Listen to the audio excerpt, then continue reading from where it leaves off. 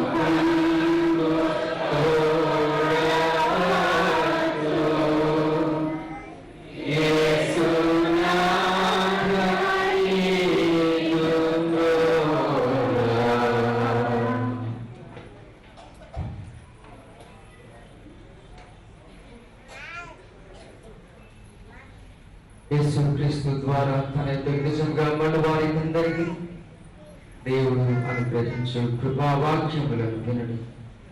ప్రయాసపడి భారము మోసుకొనుచున్న సమస్త జనులారా నా యొద్దకు రండి, నేను మీకు విశ్రాంతి కలుగజేతును. దేవుడు లోకమును ఎంతో ప్రేమించాను, కాగా ఆయన తన అద్భుత కుమారుడుగా పుట్టిన వారితో విశ్వాసం నుంచి ప్రతి వాడు నశింపక నిత్య జీవం పొందినట్లు ఆయనను అనుగ్రహించను. పాపులను రక్షించుటకు క్రీస్తు యేసు లోకమునకు వచ్చేనని వాక్యము నమ్మదగినది, పూర్ణ అంగీకారమునకు యోగ్యమైనది కలిగినది. ఎవడైనను పాపం చేసినట్టు నీతిమంతుడైన యేసుక్రీస్తును ఉత్తరవాది తండ్రి యొద్ద మనకున్నాడు.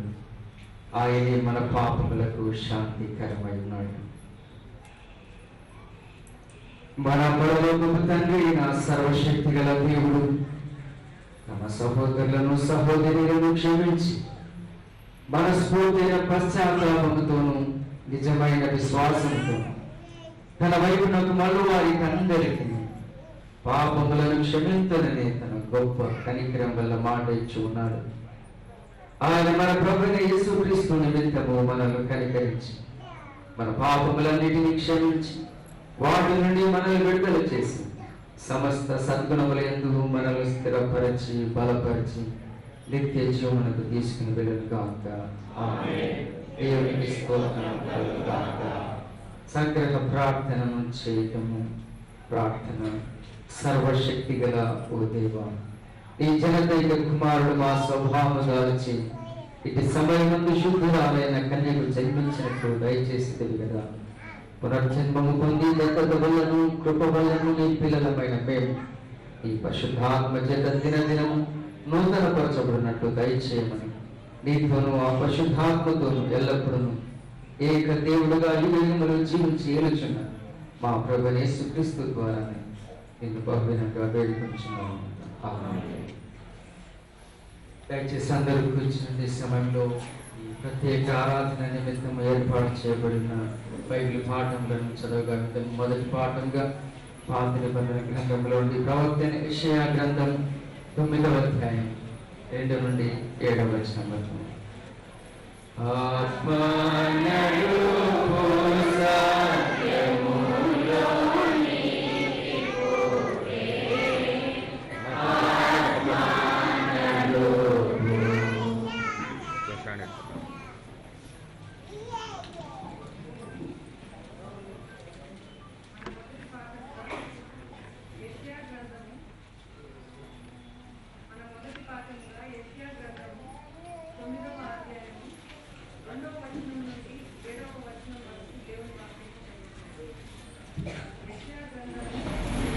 తొమ్మిదవ అధ్యాయం 2 నుండి 7 వరకు.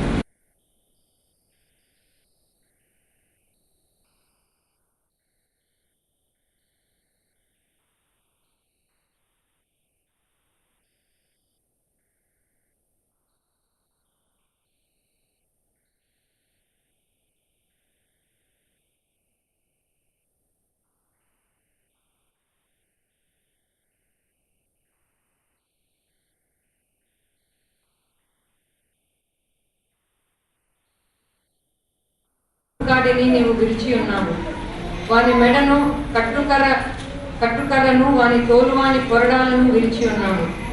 యుద్ధపు సందడి చేయు యోధులందరి జోళ్లను, రక్తములో పొరలింపబడిన వస్త్రములను అగ్నిలో వేయబడి దహింపబడును. ఏలయనగా మనకు శిశువు పుట్టెను, మనకు కుమారుడు అనుగ్రహింపబడెను.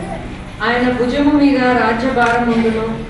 ఆశ్చర్యకరుడును, ఆలోచనకర్త, బలవంతుడైన దేవుడు, నిత్యుడకు తండ్రి, సమాధానకర్తయగు అధిపతి అని అతనికి పేరు పెట్టబడును. ఇది మొదలుకొని మితి లేకుండా దానికి వృద్ధియు క్షేమమును కలుగునట్లు సర్వకాలము దావీదు సింహాసనమును రాజ్యమును నియమించు. న్యాయము వలనను నీతి వలనను రాజ్యము స్థిరపరచును. అతడు సింహాసనాసీనుడై రాజ్య పరిపాలన చేయును. సైన్యముల అధిపతి యెహోవా ఆసక్తి కలిగి దీనిని నెరవేర్చును. దేవుడి వాక్యం.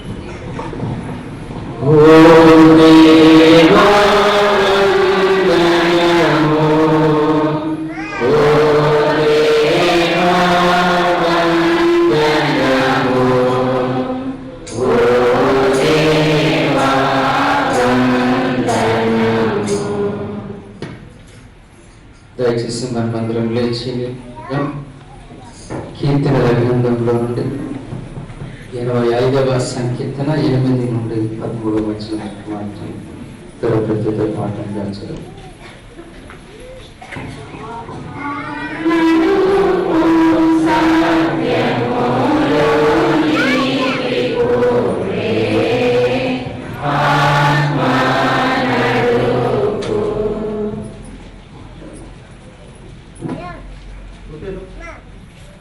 ఉత్తర పవిత్ర భాగంగా ప్రసిద్ధ బైబిల్ గ్రంథం నుంచి కీర్తనల గ్రంథము 85వ అధ్యాయము 1 నుంచి చివరి వరకు చదువుతున్నాం. 85వ కీర్తన 1వ వచనం. యెహోవా, నీవు నీ దేశము ఎడల కటాక్షమును చూపి ఉన్నావు. చెరకుపోయిన యాకోబు సంతతిని నీవు వెనుకకు రప్పించి ఉన్నావు.